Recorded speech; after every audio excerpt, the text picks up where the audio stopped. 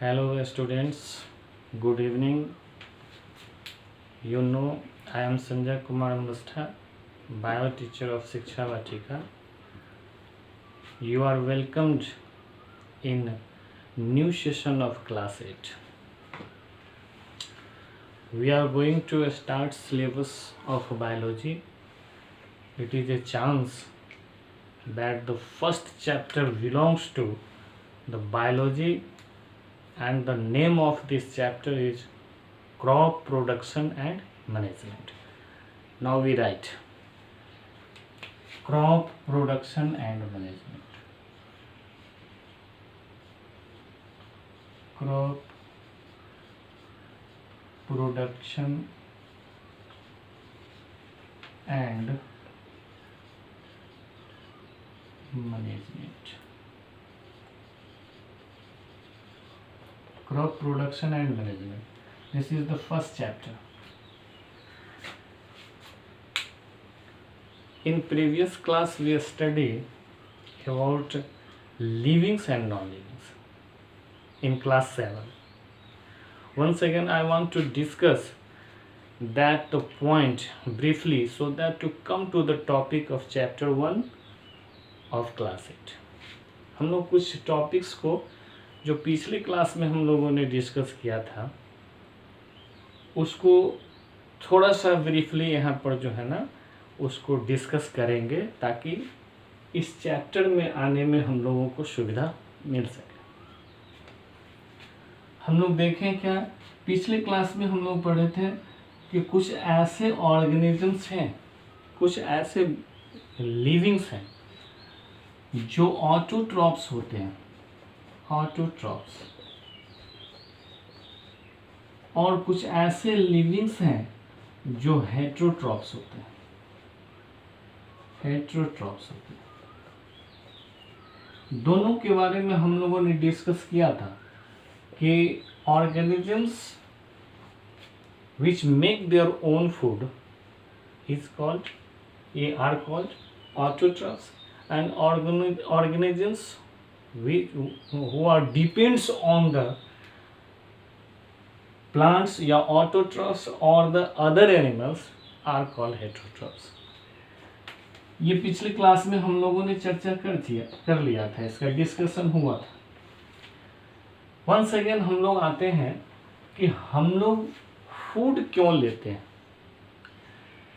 Food लेने का हमारे पीछे कारण क्या है, why we have to require. एक क्वेश्चन बनता है यहाँ पर कि हमको भोजन लेने की जरूरत क्यों है, फूड लेने की जरूरत क्यों है, फूड का रिक्वायरमेंट क्यों है। सारे जितने भी हैं, प्लांट्स हैं, एनिमल्स हैं, ये सब के सब को न्यूट्रिशन की ज़रूरत है, फूड की ज़रूरत है, और सब फूड लेने का काम करते हैं। आखिर ऐसा क्यों होता है? हम लोग फूड लेते हैं या सारे जितने भी ऑर्गेनिजम्स हैं ये फूड लेते हैं, इसके पीछे 2-4 कारण हैं, 2-3 कारण हैं, इसको हम लोग यहाँ पर डिस्क्राइब करेंगे। फर्स्ट हमारा जो कारण है, फर्स्ट जो कॉज है फूड का, वो सबसे बड़ा कॉज है to fulfil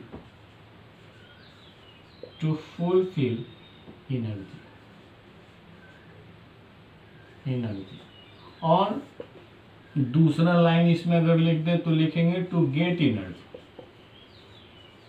energy. This is the first causes of food. This is the first cause of taking food, to fulfill energy or to get energy. Second, दूसरा, it provides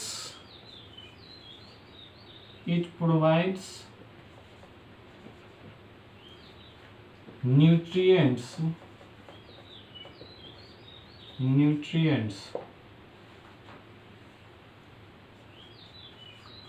Third,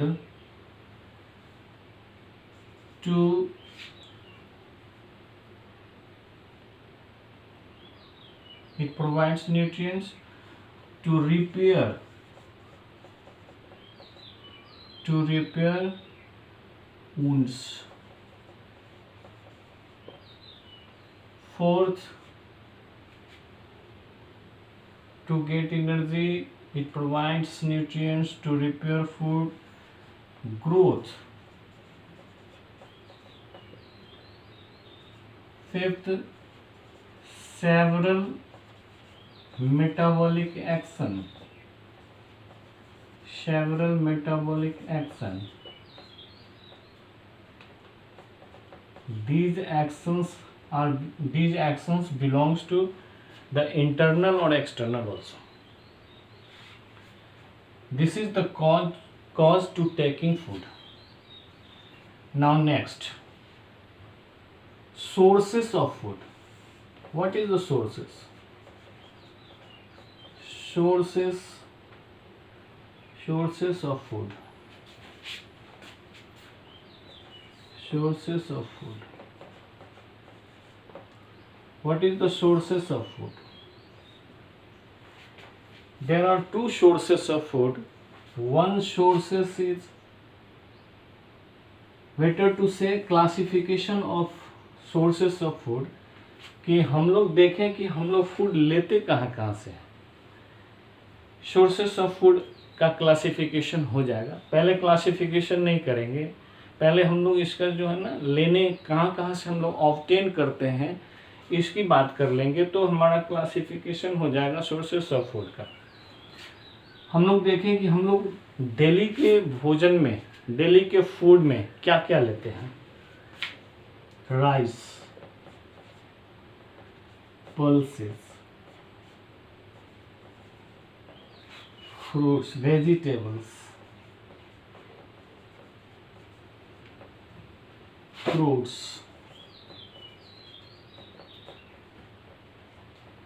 मिल्क,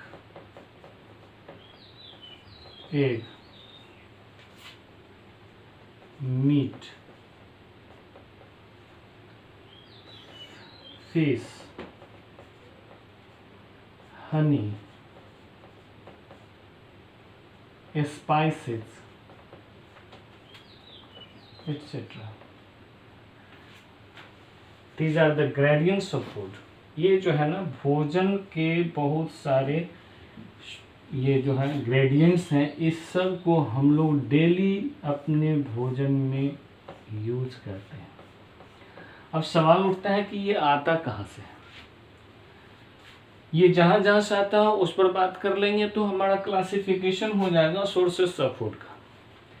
जैसे हम लोग देखें rice कहाँ से आता है.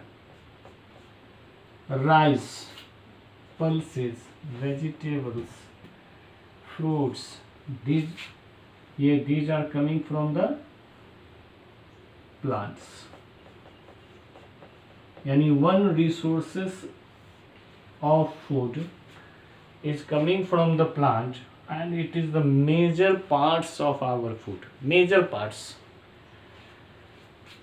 Secondary, दूसरा सेकेंड में क्या होता है, जो भी है मिल्क है, एग है, मीट है, फिश है, हनी है, इस ये क्या नाम हनी है, ये सारे के सारे जो है ना एनिमल वेस्ट है. Animal waste. So we can classify that the sources of food is coming from, a major sources of food is coming from the plant. Major sources is coming from the plant and animal waste. अब हम लोग बात करें plants और animal waste के major resources पर, फिर इसका क्लासिफिकेशन देखेंगे. तब तक अगर नोट करना चाहें तो नोट कर सकते हैं.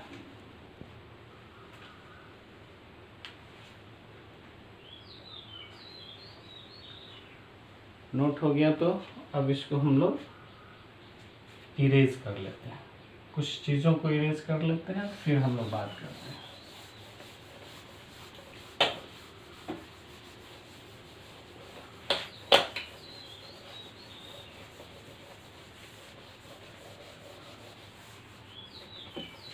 अब हम लोग आते हैं कि फिर एग्रीकल्चर क्या है या क्रॉप प्रोडक्शन कैसे, थोड़ा सा हिस्ट्री की तरफ चलेंगे, थोड़ा सा हिस्ट्री की तरफ डिस्कशन करेंगे हम लोग आते हैं होमो सेपियंस से 40,000 ईयर्स एगो, 40,000 ईयर्स एगो। इससे पहले का ह्यूमन यानी 40,000 ईयर्स एगो हमारे यहाँ होमो सैपियंस का यानी ज्ञानी मानव का जन्म हुआ। इससे पहले 40,000 ईयर्स एगो से पहले का जो मानव था उसमें और एनिमल्स में कोई अंतर नहीं था। यानी 40,000 वर्ष पहले एनिमल्स की अगर काउंटिंग करते तो उसमें ह्यूमंस भी आते, ह्यूमन बीइंग्स ही आते, और प्लस में जितने भी एनिमल्स हैं वो सारे आएंगे। ठीक है, कब? बिफोर 40,000 ईयर्स एनिमल्स का काउंटिंग करेंगे तो ह्यूमन बीइंग्स भी आएंगे और एनिमल्स भी आएंगे। तो फिर 40,000 वर्ष पहले ऐसा क्या हुआ जो मानव यहाँ से यानी एनिमल्स से उठ के होमो सेपियंस और बाद में अलग प्रकार के लिविंग्स में कन्वर्ट हो गया? ऐसा क्या हुआ? 40,000 ईयर्स एगो ह्यूमन के जो ब्रेन है, ह्यूमन ब्रेन, इसमें फीलिंग्स आया, फीलिंग्स जो आज भी किसी दूसरे एनिमल्स में ये फीलिंग्स नहीं है। अगर फीलिंग्स है भी तो वो उसको एक्सप्रेस नहीं कर पाता है। एक तो फीलिंग्स है नहीं, कम है, लिटिल है, और फीलिंग्स है भी तो एक्सप्रेस नहीं करता है। They do not have the developed mind और द ब्रेन, और उसको सोचने समझने की क्षमता नहीं है, वो उस पर कोई वर्क नहीं कर पाता है। इसलिए ह्यूमन बीइंग्स यहाँ से फीलिंग्स के कारण इस एनिमल से अलग हुआ और तब ये होमो सैपियंस कहलाने लगा, ज्ञानी मानव कहलाने लगा। अब इसके दिमाग में सोचने की क्षमता आई, इसके दिमाग में बहुत सारे फीलिंग्स आए, और ये धीरे धीरे एनिमल्स से अलग होकर के एक अलग प्रकार के एनिमल्स का लाइफ लीड करने लगा। हिस्ट्री की फिर कुछ बातों को रखेंगे कि 10,000 वर्ष पहले यानी 10,000 ईयर्स एगो बाय चांस, इत्तेफाक की बात है कि हम लोगों ने एग्रीकल्चर यानी क्रॉप प्रोडक्शन का काम शुरू कर दिया, क्रॉप प्रोडक्शन का काम शुरू कर दिया। इसका मतलब है कि 40,000 वर्ष पहले से लेकर के और 10,000 वर्ष पहले तक जो ह्यूमन बीइंग्स था ये क्रॉप प्रोडक्शन नहीं करता था। ये सारे के सारे इस समय का जो लाइफ था हम लोगों का वो नोमैड्स लाइफ था। नोमैड्स किसको कहते हैं आप लोग अच्छी प्रकार से जानते हैं कि वैसा होमो सैपियंस जो फूड के लिए, भोजन के लिए,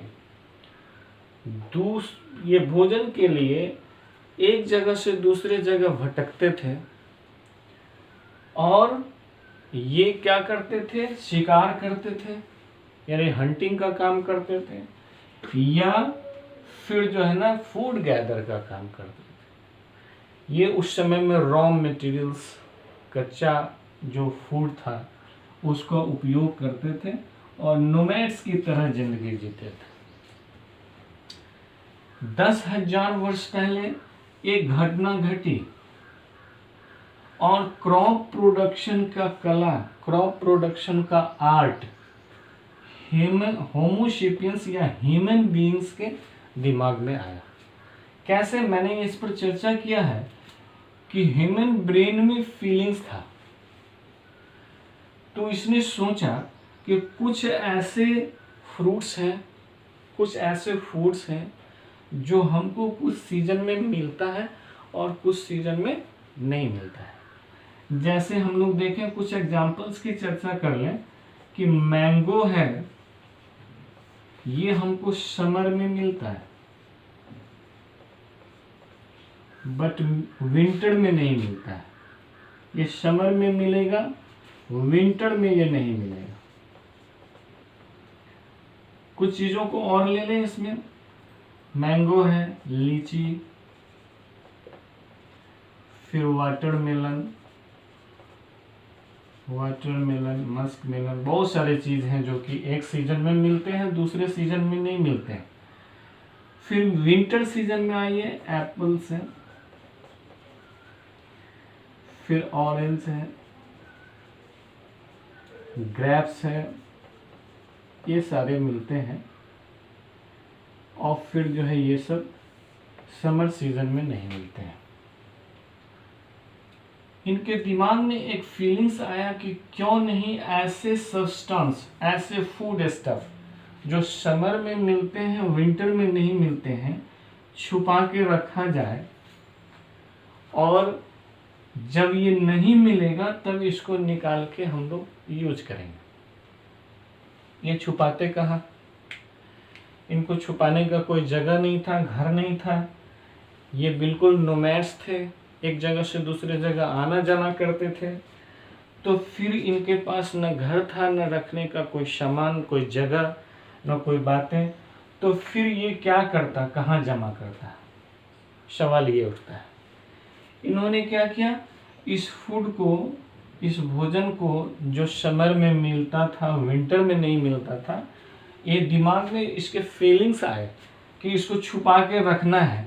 तो इसने क्या किया, मिट्टी थोड़ा सा निकाल के अलग कर दिया और उस मिट्टी के नीचे ये फ्रूट्स को जमा कर दिया और उसको मिट्टी से ढक दिया। इसका यही घर था, इसका यही छुपाने का जगह था, और वहाँ पर रख दिया होगा। और फिर उस तरह से ये, फिर कुछ दिनों के बाद जब उसको गया देखने, तो वहाँ पर नए नए पौधे उगाए थे। यही इसका पहला इंफॉर्मेशन था कि जो फल हम लोग जगह जगह घूम के इकट्ठा करते हैं, जो फल हम लोग गैदर करते हैं और एक सीजन में नहीं मिलता, दूसरे सीजन में मिलता है, उस फूड को, उस फ्रूट्स को हम लोग उगा सकते हैं, हम लोग कल्टीवेट कर सकते हैं, हम लोग क्रॉप का प्रोडक्शन कर सकते हैं, हम लोग ऐसे फूड का प्रोडक्शन कर सकते हैं। और जब ऐसी बातें इनकी समझ में आई तो इन्होंने क्रॉप प्रोडक्शन की शुरुआत की, और यहाँ से हम लोग भोजन का उत्पादन शुरू करें। 10,000 वर्ष पहले ये स्टार्ट हुआ, जंगलों को जला के, उसके बाद उसमें एग्रीकल्चर के लाइक फूड, ये एग्रीकल्चर के लाइक फील्ड तैयार करके, और तब फिर हम लोग जो है ना कल्टीवेशन का काम शुरू किया। अब कल्टीवेशन का काम शुरू किए तो यहाँ पर हम लोग एक और बात की चर्चा करेंगे। तब तक इसको, जिसको नोट करना है वो नोट कर लेंगे। उसके बाद फिर हम बात करते हैं, यहीं से हम लोग शुरू करेंगे फिर से। अब हम लोग फिर से जो है ना, ये बताए थे कि आपको कि हम लोग 10,000 वर्ष पहले से फिर शुरू करेंगे। 10,000 ईयर्स एगो में क्रॉप प्रोडक्शन की शुरुआत हुई, और आप देखेंगे हिस्ट्री में कि क्रॉप प्रोडक्शन की शुरुआत हुई तो आदमी, जो मानव था हमारा, इसको बहुत समय मिल गया। यानी क्रॉप प्रोडक्शन की शुरुआत हुई तो लोगों के पास समय बच गया। अब ये सिविलाइजेशन की ओर, अब ये सिविलाइज्ड हो गए, एक जगह फिक्स्ड हो गया, इसको नोमैड्स होने की जरूरत नहीं पड़ी। यानी कल्टीवेशन की शुरुआत हुई, क्रॉप प्रोडक्शन की शुरुआत हो गई, क्रॉप प्रोडक्शन की शुरुआत हुई। अब ये क्रॉप प्रोडक्शन जो है ना, ये चलता रहा। इसमें दिन प्रतिदिन सुधार की बातें हुई, बहुत सारे चीज लोग इससे सीखते गए। और सीखने के क्रम में जो है ना, एक चीज दिमाग में जरूर आया कि ये क्रॉप्स जो है ना, ये उपजते हैं तो इनको बहुत सारी चीज़ों की ज़रूरत होती है, यानी क्रॉप्स को कम से कम इरिगेशन की ज़रूरत होती है। इरिगेशन, बिना इरिगेशन के क्रॉप्स को उपजाना संभव नहीं था, और सारी बातें। इसलिए देखेंगे क्या कि जितने भी सिविलाइजेशन हुआ, जितना भी सिविलाइजेशन उस समय में शुरू हुए थे, ये सब था बैंक ऑफ रिवर।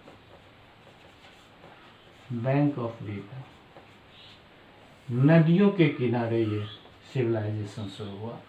सारे जो नोमैड्स थे, सारे जो ज्ञानी मानव थे, होमोसेपियंस थे, ये सब के सब क्या किए कि एक जगह स्थिर हो गया, बैंक ऑफ रिवर। अब दूसरा है कि इरिगेशन के क्रम में हम लोग क्या किए, तो इरिगेशन के समय में वहाँ पर हम लोग के यहाँ रेन हुआ करता था, यानी रेनी सीजन। रेन से रेनी सीजन कर लेते हैं। रेनी सीजन में हम लोगों ने क्रॉप्स को उपजाना शुरू किया। रेनी सीजन में क्रॉप्स को उपजाना शुरू किया, तो ये रेनी सीजन शुरू कब होता है? जून के समय, जून से जुलाई। इसलिए हमारा ये जो जगह है, हमारा जो ये क्रॉप्स के प्रोडक्शन का जो शुरू के फेज में जो क्रॉप प्रोडक्शन हुए, वो जून जुलाई से ही शुरू हुआ, और ये अक्टूबर नवंबर तक कट गया। अक्टूबर प्लस नवंबर। शुरू के सीजन में एक ही फसल हुआ करता था, एक ही तरह के क्रॉप्स हुआ करता था, लेकिन बाद में हम लोग दूसरे क्रॉप्स पर भी आए थे। तो रेनी सीजन में जो क्रॉप्स उपजाए जाते हैं, जून से जुलाई में कल्टीवेशन किया जाता है, अक्टूबर से नवंबर में इसको काट लिया जाता है, यानी हार्वेस्टिंग का टाइम अक्टूबर से नवंबर, कल्टीवेशन का टाइम जून से जुलाई, और फिर जो है यहाँ पर हम लोग इसको बोलते हैं खरीफ क्रॉप्स। ये खरीफ क्रॉप्स हुए। बाद में क्या हुआ कि अक्टूबर से नवंबर में, यानी विंटर सीजन में हम लोग क्या किए, विंटर सीजन शुरू कब होता है? ये अक्टूबर से नवंबर तक शुरू होता है, चलता कब तक है? मार्च से अप्रैल तक खत्म हो जाता है। तो ये अक्टूबर से नवंबर तक शुरू हुआ, मार्च से अप्रैल तक खत्म हो गया। इसको बोलते हैं रबी फसल, रबी क्रॉप्स। ये दोनों किस आधार पर हमारा हुआ? On the basis off season. On the basis off season. Seasons के आधार पर हम लोग दो तरह के क्रॉप्स को लिए, एक रेनी सीजन का क्रॉप्स, दूसरा विंटर सीजन का क्रॉप्स। अब क्या है कि रेनी सीजन के क्रॉप्स हम लोग थोड़ा सा ऊपर मिटाएंगे और इसका फिर डिफाइन करेंगे, how to define the kharif crops and rabi crops. कैसे डिफाइन करना है, इसी पर डिफाइन करना है। होता क्या है कि हम लोग याद करते हैं, याद नहीं करना है, हम लोग को तरीका सीख लेना है कि कैसे हम लोग जो है इसको डेफिनेशन बनाएंगे। इस पर डेफिनेशन बनेगा, तब तक इसको नोट कर लीजिए, और फिर जब हम इसको डेफिनेशन बनाएंगे तो नीचे से मिटाएंगे।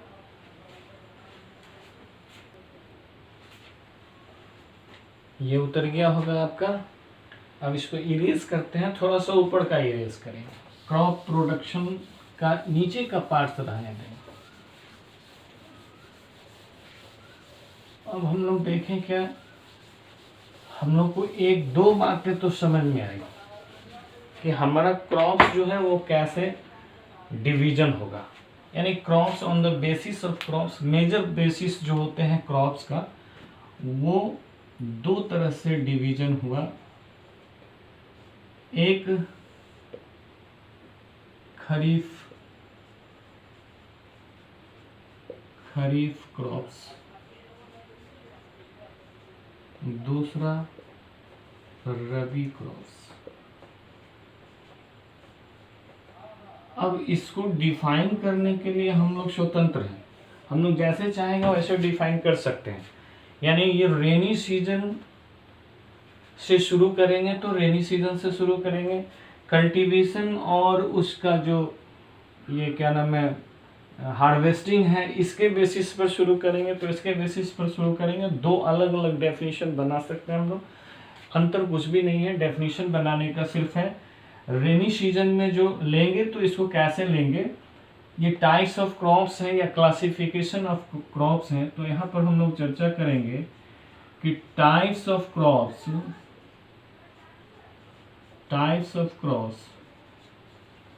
which are grown in winter season या in starting of winter season,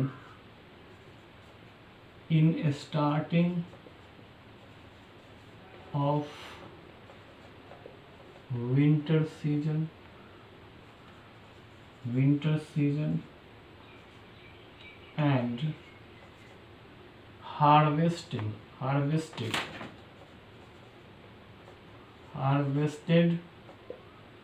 in starting of winter में rainy season करेंगे, rainy season and harvested in starting of winter season। अब इसको यहाँ से मिटा लेते हैं, थोड़ा सा जगह मिलेगा, मिटा लेंगे तो जगह मिलेगा। फिर दूसरा हम लोग स्टार्ट करेंगे, starting of winter season are called kharif crops.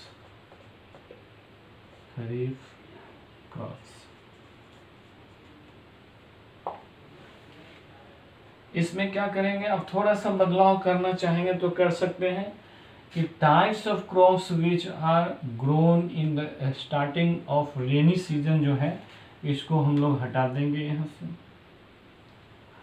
इसको अंडरलाइन कर लेते हैं, यही इसका मुख्य चीज है। यहाँ से अंडरलाइन करते हैं रेड से, in starting of rainy season और harvested in starting of winter season.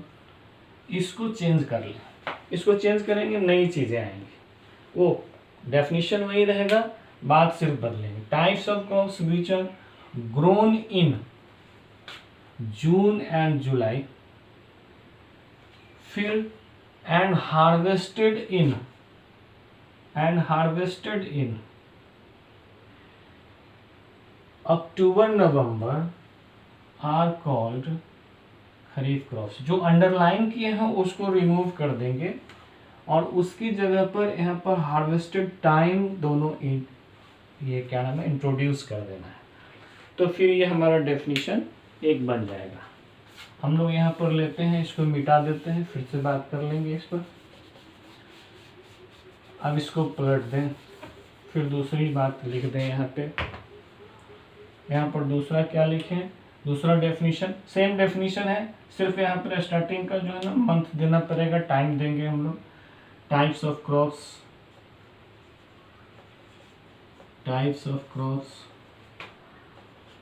which are cultivated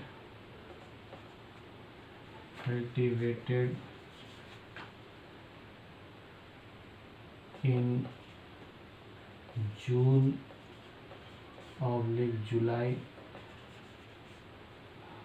and harvested in October / November are called kharif crops.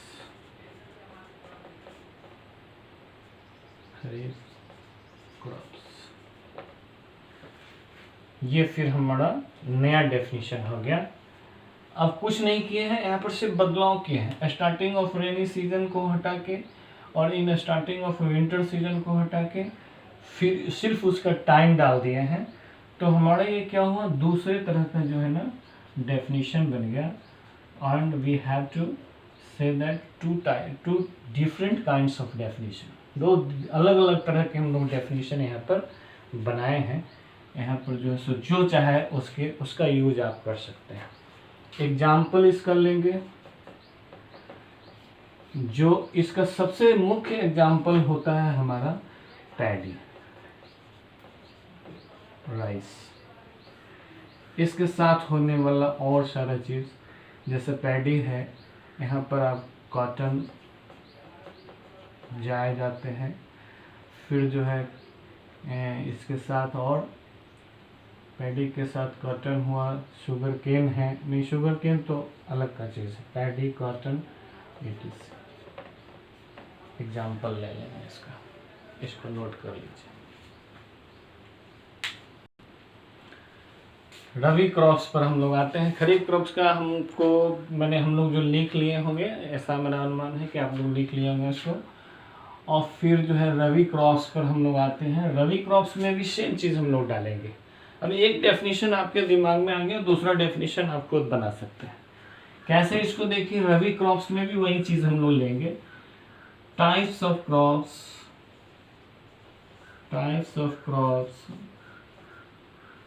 which are cultivated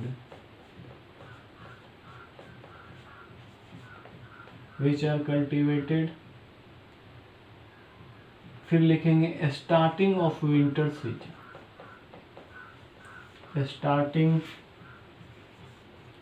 winter season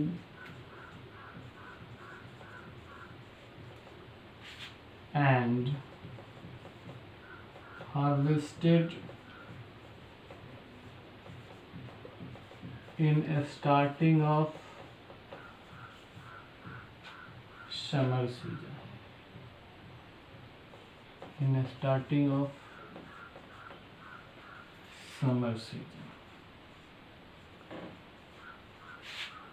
Are called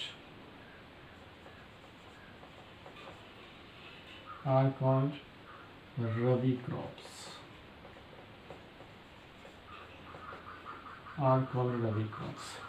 अब फिर यहाँ पर हम लोग underline करते हैं जो चीज, कल्टीवेटेड इन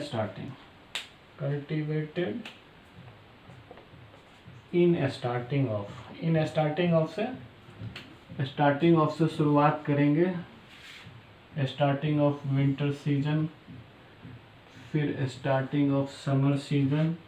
इसकी जगह पर हम लोग फिर टाइम डाल दें तो फिर हमारा जो है ना एक नए तरह का डेफिनेशन हो जाएगा, बात वही रहेगी।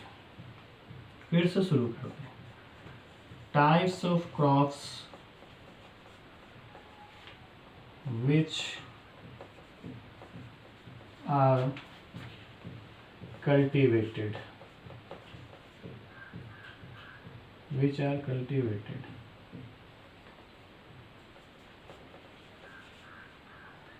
in starting in June July कर, ये अक्टूबर नवंबर कर लीजिए, October November, and harvested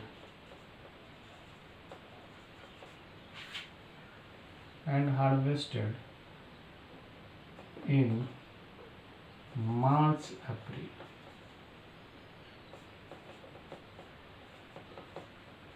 Are called rabi crops. Example है इसका, वीट है, पोटैटो हुआ, वीट, पोटैटो, मस्टर्ड,